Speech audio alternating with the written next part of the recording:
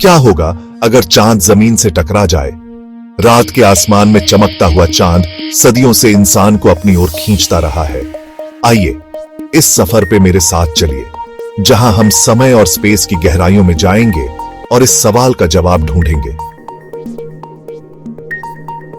हम सब जानते हैं कि चांद जमीन का एक नेचुरल सैटेलाइट है, जो हमारी दुनिया के अराउंड एक फिक्स्ड पाथ पर घूमता रहता है।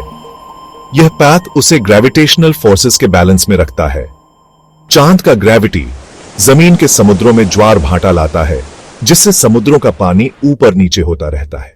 यह जमीन की घूमने की स्पीड को भी अफेक्ट करता है, जिससे दिन और रात का साइकिल मेंटेन रहता है और हमारी दुनिया को स्टेबल रखने में हेल्प करता है।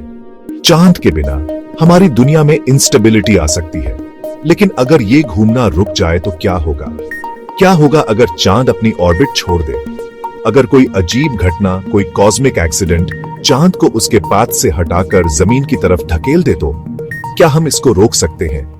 ये एक ऐसी घटना होगी जिसका असर हमारी सोच से परे होगा और इसका परिणाम कैटास्ट्रोफिक हो सकता है, जिसका असर हमारी कल्पना से परे होगा। यह एक एपोकलिप्टिक सिनेरियो हो सकता है। आइए इस सवाल का जवाब ढूंढने के लिए, इसके पीछे के साइंस को समझने के लिए हम इस विचार को एक्सप्लोर करें। हम टाइम और स्पेस की गहराइयों में जाएं और इस कॉस्मिक मिस्ट्री को समझने की कोशिश करें और इस अजीब घटना को करीब से देखें। क्या हम इस कोलिजन को रोक सकते हैं या हमें इसके साथ जीना पड़ेगा? चांद का जमीन से टकराना कोई आम बात नहीं। ये तो एक महाप्रलय की शुरुआत होगी। एक पॉसिबिलिटी ये हो सकती है कि कोई बड़ा एस्टेरॉइड, कोई भटका हुआ पत्थर स्पेस से आकर चांद से टकरा जाए। अगर ये टक्कर बहुत जोरदार हुई तो ये चांद को उसके पाथ से हटा सकता है और उसे सीधे जमीन की तरफ धकेल सकता है। दूसरी पॉसिबिलिटी थोड़ी और स्केरी है। इमेजिन करो कि एक सुपरनोवा, एक स्टार का एक्सप्लोजन हमारे सोलर सिस्टम के पास हो। यह एक्सप्लोजन इतना पावरफुल हो सकता है कि इसका ग्रेविटी चांद के ऑर्बिट को हिला दे और उसे जमीन की तरफ धकेल दे। स्पेस अनगिनत सीक्रेट से भरा हुआ है और हम इंसान अभी भी इसकी गहराइयों को समझने की कोशिश कर रहे हैं। अब अगर चांद सचमुच में अपना ऑर्बिट छोड़कर जमीन की तरफ आने लगे तो क्या होगा? सबसे पहले तो हमें इसके साइंस दिखाई देंगे। समुद्र के ज्वार भाटा बदलने लगेंगे। वो पहले से ज्यादा ऊंचे और तेज हो जाएंगे। जैसे जैसे चांद करीब आता जाएगा, ये चेंजेस और भी ज्यादा तेजी से होने लगेंगे। अर्थक्वेक और सुनामी आना शुरू हो जाएंगे, जो पहले से ज्यादा भयानक और डिस्ट्रक्टिव होंगे। धीरे धीरे चांद का ग्रेविटी जमीन के एटमॉस्फेयर को भी अफेक्ट करना शुरू कर देगा। वेदर में चेंजेस आएंगे और जबरदस्त स्टॉर्म्स आने लगेंगे। धरती पर जीना मुश्किल होता जाएगा। इसलिए हमें अपने इस यूनिवर्स को समझने की जरूरत है, ताकि हम ऐसी सिचुएशन से निपटने के लिए तैयार रहें। और फिर वो पल आएगा जब चांद, जो कभी रात की रौनक हुआ करता था, वो जमीन से टकराएगा। यह टक्कर इतनी जोरदार होगी कि इससे निकलने वाली एनर्जी को शब्दों में एक्सप्लेन नहीं किया जा सकता। इस टक्कर से जमीन के टुकड़े हवा में उछलेंगे, जो वापस गिरकर पूरी दुनिया में तबाही मचाएंगे।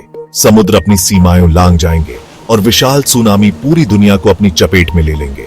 धरती की सरफेस पर लावा उबलने लगेगा और वोल्केनोज फट पड़ेंगे। धरती अंधेरे में डूब जाएगी और एक ऐसी सर्दी पड़ेगी जो हजारों सालों तक रहेगी। क्या चांद से टक्कर के बाद जमीन पर जीवन बचेगा? यह एक ऐसा सवाल है जो हमारे मन में डर और जिज्ञासा दोनों पैदा करता है। यह एक ऐसा सवाल है जिसका जवाब देना मुश्किल है। वैज्ञानिक इस पर विचार कर रहे हैं और विभिन्न संभावनाओं का अध्ययन कर रहे हैं। ट्रू बात तो यह है कि लाइफ के बचने के चांसेस बहुत कम हैं। टक्कर के बाद जमीन पर जीवन के लिए परिस्थितियां बेहद कठिन हो जाएंगी। टक्कर के तुरंत बाद जमीन की सरफेस का टेम्परेचर इतना ज्यादा बढ़ जाएगा कि सब कुछ जलकर राख हो जाएगा। यह एक भयानक दृश्य होगा, जहां हर तरफ आग और विनाश होगा। सन की लाइट के बिना प्लांट्स अपना फूड नहीं बना पाएंगे, जिसके कारण पूरी फूड चेन कोलैप्स हो जाएगी। बिना प्लांट्स के हर्बिवोर्स और कार्निवोर्स दोनों ही सरवाइव नहीं कर पाएंगे। हाँ, कुछ लाइफ जरूर बचेगी। कुछ माइक्रो ऑर्गेनिजम्स और बैक्टीरिया एक्सट्रीम कंडीशंस में भी सरवाइव कर सकते हैं। कुछ छोटे क्रीचर्स जैसे कि बैक्टीरिया और कुछ इंसेक्ट्स जमीन के नीचे या पानी के अंदर सरवाइव कर जाएंगे। ये छोटे जीव हार्श कंडीशंस में भी जीवन जीने की क्षमता रखते हैं, लेकिन बड़े क्रीचर्स जैसे कि इंसानों और जानवरों का बचना लगभग इम्पॉसिबल होगा। अब आप सोच रहे होंगे कि क्या यह इंसिडेंट सचमुच में हो सकती है? क्या हमें अभी से डरना चाहिए? तो मैं आपको बता दूं कि आपको अभी से घबराने की कोई जरूरत नहीं है। चांद का जमीन से टकराना कोई ऐसी घटना नहीं है जो कल या परसों होने वाली है। हमारे साइंटिस्ट ने चांद के ऑर्बिट का बहुत केयरफुली स्टडी किया है और उनका कहना है कि आने वाले कई लाखों सालों तक चांद के जमीन से टकराने का कोई खतरा नहीं है। तो आप निश्चिंत रहें और रात को आसमान में चमकता हुआ चांद देखने का आनंद लेते रहें।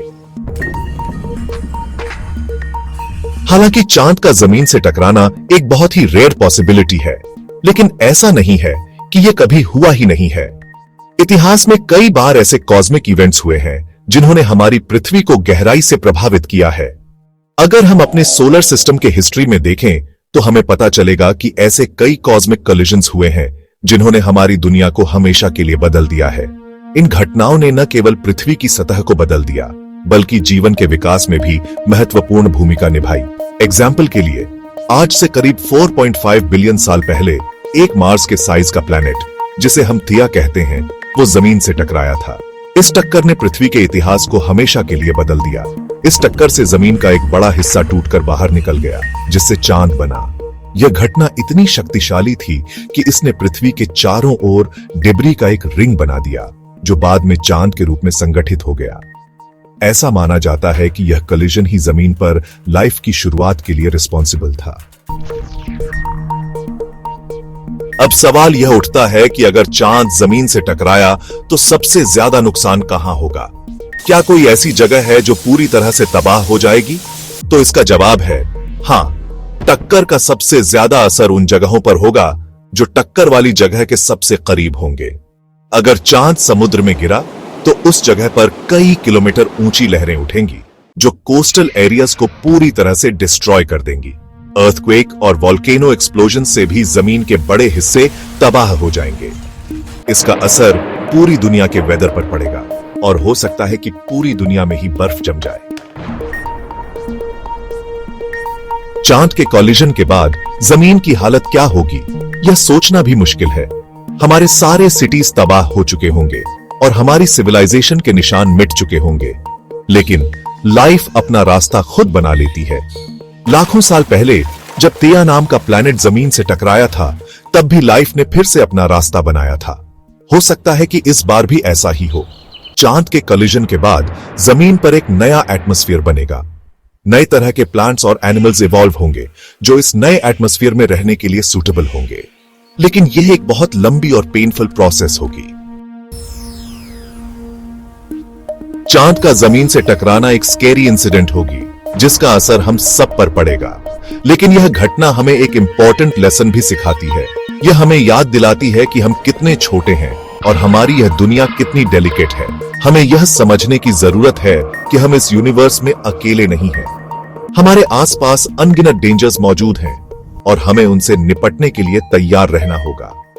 हमें अपने इस प्लैनेट की रक्षा करनी होगी, क्योंकि यह हमारा घर है और इसके जैसा कोई दूसरा प्लैनेट नहीं है। हमें ऐसी टेक्नोलॉजी डेवलप करनी चाहिए जिससे हम ऐसे डेंजर्स से बच सकें। क्या हम ऐसा कर पाएंगे? क्या हम अपनी मिस्टेक्स से सीख पाएंगे? यह सवाल अभी भी बना हुआ है। जैसे जैसे हम इस यूनिक जर्नी के एंड की तरफ बढ़ते हैं, चांद का जमीन से टकराना एक रेयर पॉसिबिलिटी लगती है, लेकिन एक ऐसी पॉसिबिलिटी जिसे इग्नोर नहीं किया जा सकता। यह इंसिडेंट हमें याद दिलाती है कि हमारी यह दुनिया कितनी डेलिकेट है और हमें इसकी कितनी केयर करनी चाहिए। हमें अपने इस प्लैनेट की रक्षा करनी होगी, न सिर्फ अपने लिए बल्कि आने वाली जनरेशंस के लिए भी। जमीन हमारा घर है, आइए इसका सुरक्षा करें।